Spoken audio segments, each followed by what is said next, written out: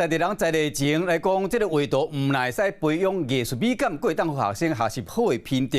未了高中这个同学温子涵，伫婚姻关系话类摕到第1名，水墨画摕到第4名。校希望讲，会使继续创作，为婚姻关争取公平。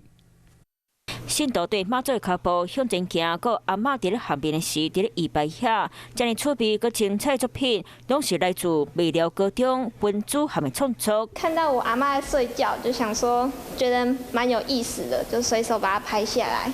然后他平常娱乐就是去打这些牌。